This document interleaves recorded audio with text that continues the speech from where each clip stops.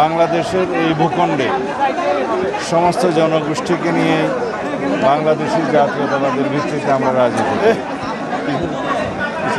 আমরা ধর্মের ভিত্তিতে রাজনীতিতে কোনো বিভাজন চাইনি, চাই না, করব না। সুতরাং বাংলাদেশের এই ভূখণ্ডের মধ্যে সকল ধর্ম বর্ণের, সকল গোত্রের, সকল ভাষাভাষীর, সকল সংস্কৃতির মানুষকে নিয়ে একটা সমন্বয়ের রাজনীতি বাংলাদেশ জাতীয়তাবাদী দল করে এবং এর অংশ হিসেবে আমরা বাংলাদেশের সকল মানুষকে নিয়ে ঐক্যবদ্ধভাবে একটি সুষ্ঠু গণতান্ত্রিক চর্চা করতে চাই। বিশেষ করে 2024-এর গণ অভ্যুত্থান পরবর্তী সময়ে এই দেশের জনগণের প্রত্যাশা, শহীদের প্রত্যাশা এবং আকাঙ্ক্ষা অনুযায়ী আমরা একটি শক্তিশালী গণতান্ত্রিক রাষ্ট্র বিনির্মাণ করতে চাই।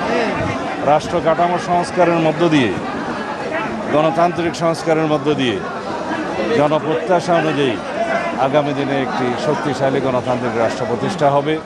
এই লক্ষ্যে আমাদেরকে আগামীতে বাংলাদেশের একটি জাতীয় সংসদ নির্বাচনের জন্য সবাইকে অংশগ্রহণ করতে হবে। গণতান্ত্রিকভাবে যাতে আমরা আমাদের ভোটাধিকার প্রয়োগ করতে পারি, সেই জন্য আমরা দীর্ঘ লড়াই সংগ্রাম করেছি। আজকে সেই অধিকার প্রায় প্রতিষ্ঠা হওয়ার পথে, পূর্ণাঙ্গ প্রতিষ্ঠা হবে যেদিন আমরা সুষ্ঠু নিরপেক্ষ একটি সুন্দর জাতীয় সংসদ নির্বাচনে আমাদের নিজেদের ভোট প্রয়োগ করতে পারব, জনগণের ভোটাধিকার প্রয়োগ করতে পারবে। সেই জন্যেই আমরা প্রতিনিয়ত সবাইকে আহ্বান জানাচ্ছি, আগামী জাতীয় সংসদ নির্বাচন হবে বাংলাদেশের গণতন্ত্রের পূর্ণাঙ্গ প্রতিষ্ঠার জন্য একটি সফল পরীক্ষা। সুতরাং বন্ধুগণ, আমাদের মধ্যে যেন কোনো বিভাজন না থাকে, সকল রাজনৈতিক দলকে আহ্বান জানাই, বাংলাদেশের সকল জনগণকে আহ্বান জানাই, আমরা যেন একটা গণতান্ত্রিক প্রক্রিয়ায় উত্তরণ করতে পারি খুব সুন্দরভাবে। সেই জন্য আমরা সবাই মনোনিবেশ করি। আমরা অবশ্যই স্বীকার করব, বাংলাদেশের সকল জনগণ এখন নির্বাচনমুখী। বাংলাদেশে এখন নির্বাচনের আমেজ চলছে, আবহাওয়া চলছে। সকল প্রার্থীরা, সম্ভাব্য প্রার্থীরা এবং জনগণ ভোটের জনসংযোগে আছে। এই অবস্থায় কোনো দল যদি বিভ্রান্তি সৃষ্টি করে, নির্বাচনের পথে বাধা সৃষ্টি করে, জনগণ তাদেরকে চিহ্নিত করবে এবং রাজনৈতিকভাবে তাদেরকে প্রত্যাখ্যান করার সম্ভাবনা আছে। বাংলাদেশে গণতান্ত্রিক উত্তরণের এই যে প্রক্রিয়া, তাতে বাধা সৃষ্টি করার জন্য কেউ কেউ ষড়যন্ত্র করছে, সেটা দৃশ্যমান।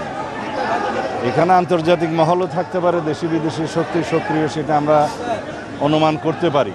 কিন্তু বাংলাদেশের জনগণ এখন ঐক্যবদ্ধ। গণ অভ্যুত্থান পরবর্তী পরিস্থিতিতে বাংলাদেশের জনগণ সংকল্পবদ্ধ। এই দেশের গণতন্ত্র উত্তরণের পথে যারাই বাধা সৃষ্টি করবে এবং কোনো রকমের ষড়যন্ত্র করবে, সে দেশি হোক বিদেশি হোক, তাদেরকে তারা প্রতিহত করবে। পিআর পদ্ধতি নিয়ে আমি আগেও কথা বলেছি। পিআর পদ্ধতি হচ্ছে একটা পার্মানেন্ট রেস্টলেসনেস পদ্ধতি, যার মধ্য দিয়ে দেশে এবং বিভিন্ন দেশে এটা দেখা গেছে একটি অস্থিতিশীল পরিস্থিতি বিদ্যমান থাকে সব সময়ের জন্য এবং কোনো স্থায়ী সরকার ব্যবস্থা প্রতিষ্ঠিত হয় না সুষ্ঠু প্রক্রিয়ায়। কখনো মেজরিটির ভিত্তিতে সরকার গঠন করা সম্ভব হয় না। একটি ঝুলন্ত পার্লামেন্ট থাকে, অস্থির অবস্থা থাকে। বাংলাদেশের মানুষ পিআর পদ্ধতির বিপক্ষে। একটা জরিপে দেখলাম 56% মানুষ পিআর পদ্ধতির বিরুদ্ধে। কোনো একটা জরিপে দেখলাম কোনো একটা দল বলছে 70% লোক পিআর চায়। যদি 56% লোক পিআর পদ্ধতি নাই বুঝে, তাহলে 70% লোক কীভাবে পিআর পদ্ধতি চায় সেটা আমাদের বুঝে আসে না। আমরা পিআর মানে মনে করি পাবলিক রিলেশন, আমরা পিআর মানে মনে করি জনসংযোগ। এখন সবাই জনসংযোগে আছে, সেই পিআরে আমরা বিশ্বাস করি। যারা প্রপোর্শনাল রিপ্রেজেন্টেশন মানে পার্মানেন্ট রেস্টলেসনেস প্রতিষ্ঠা করতে চায়, তারা সফল হবে না। ধন্যবাদ।